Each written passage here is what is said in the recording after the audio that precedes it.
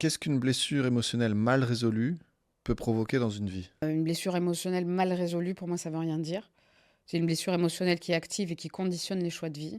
Donc on a des blessures émotionnelles, qui vont se forger dans l'enfance et qui prennent aussi racine dans le système familial en entier, puisqu'on a des arbres familiaux, on a des familles entières où on a des blessures majoritaires. Typiquement, quand il y a eu beaucoup de morts jeunes dans un arbre, on peut avoir une blessure majoritaire ou avoir une peur de l'abandon de façon générale et avoir une peur dans le lien et dans la relation. Donc voilà, ça c'est une blessure. Il n'y a pas de blessure mal résolue. On regarde la blessure à partir du moment où elle est souffrante, c'est-à-dire qu'elle crée des schémas répétitifs ou des conditions qui, moi, ne me conviennent pas ou qui ne m'aident pas à avancer.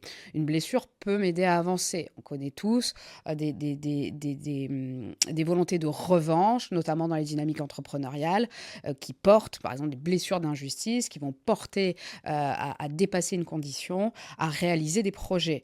Cette blessure-là est au service. Voilà. Par contre, à quel prix?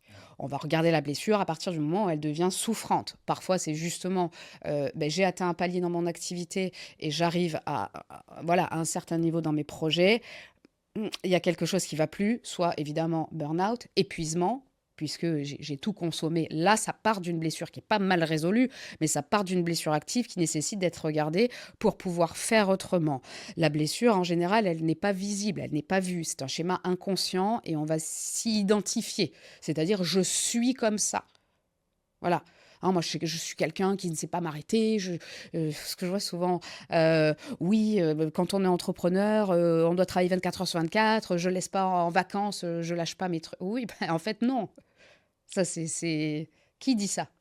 Bah, seulement cette personne-là, avec son propre, Je peux ne pas vouloir lâcher en vacances, mais quand je parle un espace relationnel avec mes enfants et que ça crée des problématiques de couple, est-ce que je le veux vraiment?